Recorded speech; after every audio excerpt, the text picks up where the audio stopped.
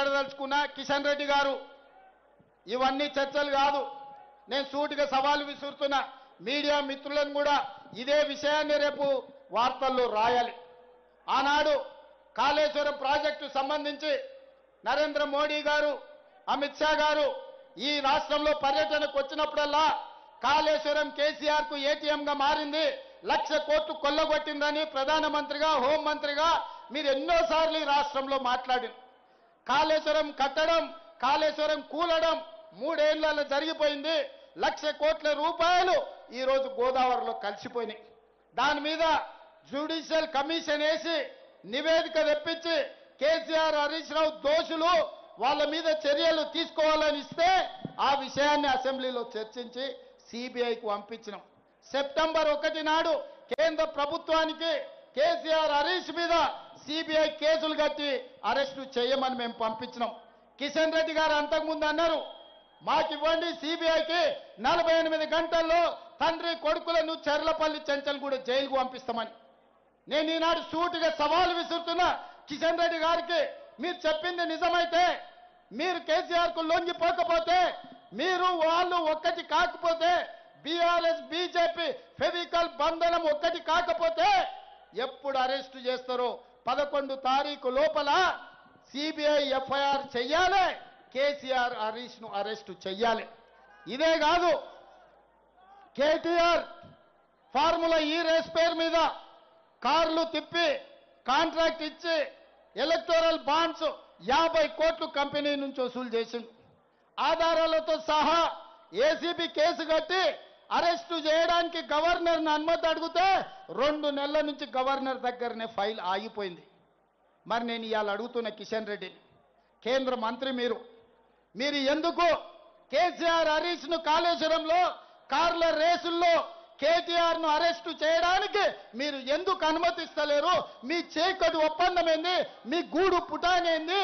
ఈ ఎన్నికల్లో మీరు ఆత్మహత్య చేసుకొని బీఆర్ఎస్ ను గెలిపించాలని కుట్ర చేస్తలేరా? ఎందుకంటే రేపు బీఆర్ఎస్ బీజేపీలో విలీనం అవుతుంది. ఇది నేను చెప్పలే, కేటీఆర్ సొంత చెల్లెలు చెప్పింది. నేను జైల్లో ఉన్నప్పుడు బీఆర్ఎస్ ను బీజేపీలో విలీనం చేస్తామంటే నేను ఒప్పుకోలేదు, అందుకే నన్ను పార్టీలకు వెళ్ళి ఎలగొట్టిరని. అందుకే సోదరులారా, ఇవాళ ఏ రూపంలో వచ్చినా, మీరు ఏ రకంగా చూసినా బీఆర్ఎస్ కేసే ప్రతి ఓటు అది బీజేపీకి వేసినట్టే. లేదని, నీ లెక్క బూతులు మాట్లాడరావని, మంచికి మారుపేరుగా నిలబడతాడని, ఆయన మీద రోజంత బురద తల్లిపోతుండడం అనేది ముఖ్యమంత్రి స్థాయిలో ఉన్నటువంటి మీకు తగదని రేవంత్ రెడ్డి గారికి ఈ సందర్భంగా చాలా స్పష్టంగా తెలియజేస్తూ, బట్టగాల్చి మీదేసి ఇంటికి పోయి కడుక్కోర్రి ఉత్తుకోర్రి అనేటువంటి కార్యక్రమం మంచిది కాదు. మీరు ఒక 2 మంత్రిత్వ శాఖలు మమ్మల్ని దిద్దతందుకు పెట్టుండ్రి. అప్పుడు మేము కూడా 2 స్పోక్స్ పర్సన్స్ని కేవలం మిమ్మల్ని కౌంటర్ ఇచ్చేందుకే తయారు చేసుకుంటామని చెప్పి ఈ సందర్భంగా తెలియజేస్తూ, ఇప్పుడు ఏమంటున్నారు ముఖ్యమంత్రి గారు, ఎన్నికల ఫలితాలు వచ్చినాక జూబ్లీ హిల్స్ అభివృద్ధి కోసం 4,000 ఇందిరమ్మ ఇల్లు ఇస్తాడట. అన్న 23 నెలకోలే ఎవరు ఆపిరన్నా? మేము ఆపినమా? ఎందుకు ఇవ్వలేదన్న 23 నెలకోలే? చచ్చిపోయిన మాగంటి గోపీనాథ్ గారు ఆపిర్రా? కేటీఆర్ ఆపిండా? ఎవరు ఆపినరు? ఎందుకు 4,000 ఇందిరమ్మ ఇల్లు ఇచ్చేటందుకు మిగతా అన్ని జిల్లాలలో ఇచ్చిర్రు కదా, ప్రతి అసెంబ్లీకి 3,000 ఇందిరమ్మ ఇల్లు ఇచ్చిర్రు కదా. మరి జూబ్లీ హిల్స్ నియోజకవర్గానికి 4,000 ఇండ్లు ఇచ్చేటందుకు ఎన్నికల ఫలితాలు వచ్చినాక ఇచ్చుడేంది? అంటే ఇదేంటంటే మోసేకి బెల్లం పెడితే వెనకాల ఉన్నాడు చూస్తాడు, ఎలక్షన్లు అయిపోయినాక ఇందిరమ్మ ఇల్లు వస్తుందేమో, ఎలక్షన్లు అయినాక ఇందిరమ్మ ఇల్లు వస్తుందేమో అనేటువంటి పంచాయతీ తప్ప ఇంకొకటి కాదు.